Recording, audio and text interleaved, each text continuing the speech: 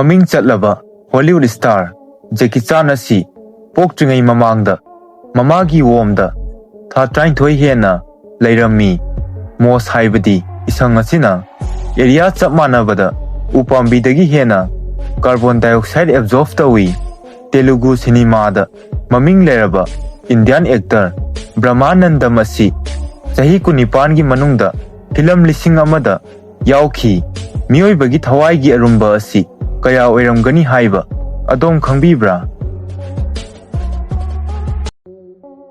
Peg number 1 Maming chatlaba Hollywood star Jackie Chan asi pokringai mamangda mamagi womda tha 39 hena leirami mahak pokpa matamda mahaki weight asi 5.44 kg ni hairi matam aduda mahaki family asi yamna lairabo oirami mahaki mapana mahak pokpagi hospital bill fauba thiba ngamlamde maram asidagi British doctor amada $250 da mahakpu yonaba wa khanarami adubu mahaki mapagi mamanaba amana sel mateng chauna panglami masigi su mathakta amatta ngairaba macha nupa adu yondanaba advice pirami hairi.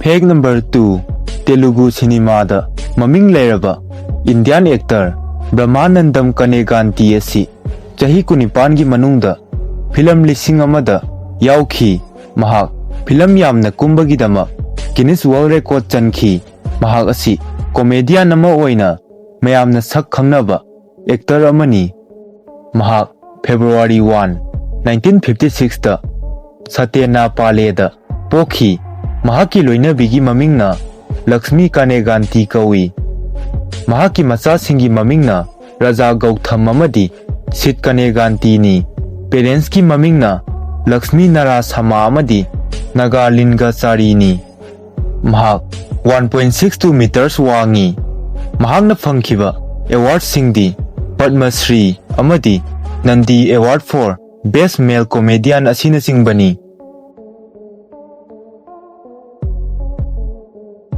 Peg number 3 Mos haibadi isang asina area chap manabada upambidagi hena carbon dioxide absorb tawi study kharana phongdoi madudi mos sing asina upambi singdagi 4 to 10 times hena carbon dioxide absorb tawi dimension 60 amadi 80 cm oiba mos made amana chahi khudingi carbon dioxide 1 kg gi changda absorb tawi hairi mos asina soil darkar leite makoina wall amadi rooftop singda hauba ngami masina urban area singdasu maisa handhanaba solution ama oi.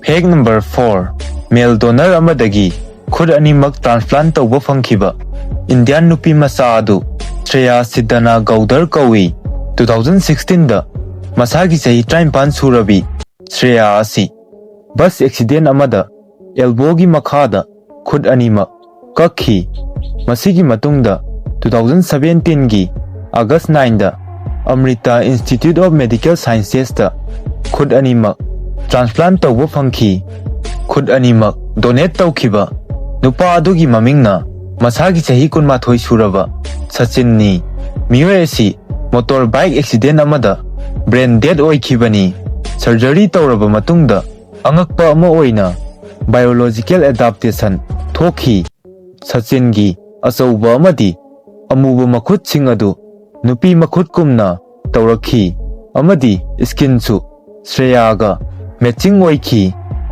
Shreyana hanagumna numit khudingi pangthokpa thabak khudingmak tawba ngamkhi surgery asi Dr. Subramania Ayerna lusingduna pangthokhi.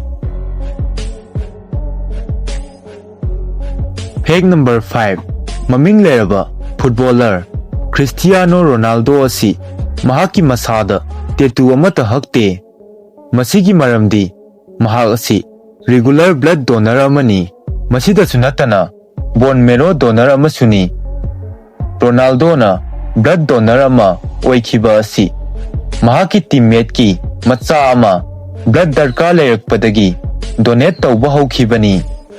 Masigi matungdagi regular oina blood darkar layba miyoi singda blood donate tauba ngamkhi. Page number 6. Tokyo da layba Avatar Robot Cave Don asina paralysis yauna physical disability oiba miyoi singda thabak piri. Makhoina hospital amadi makhoigi yum singdagi robot server sing remote control gi matengna operate tawi. Makhoina robot singbu food serve tauba amadi customer singa interact tauba asina singba tauhalli. Asumna disable oiraba miyoi singna pung amada 1000 yen tanba ngamhalli. Robot cave asigi pandamdi koichat chatuna sel tanba ngamdraba miyoi singda social connection tauhanba amadi makhoida income lahanba asini. Page number 7. Nupi ayambana nupada ngaujabagi mawong asi nupa singi saktamdagi makhoigi manamdana hena ngaujai.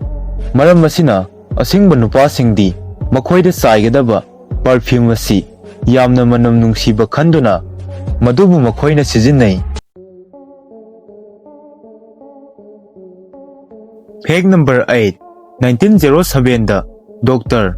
Duncan McDougallna aikhoi miyoibagi thawai asigi physical weight leijai haiba utnabu honakhi. Mahakna patient tarukta makhoina sibagi matamda chap manana weight onkhi aduga mahakna claim tawkhi madudi miyoi sing adugi weight adu average oina makhoina siraba matungda 21 grams ki changda hanthakhi. Page number 9. Pandabara bati kauba plan ama lei. Masida aikoina oil khara apply tawba matamda soidana makki maingal tholakani. Miyamna thajanabada pandava singna masibu makhoigi chahi 12 banbas khongjatta sijinnakhi hairi. Aduga plan makhal asi India gi Western Ghat amadi Sri Lanka da su phangi. Page number 10. Ngasidagi chahi chamagi mamangdadi miyoi khudingmakta chagol leirami amadi paisa paiba miyoi khaktana car leirami.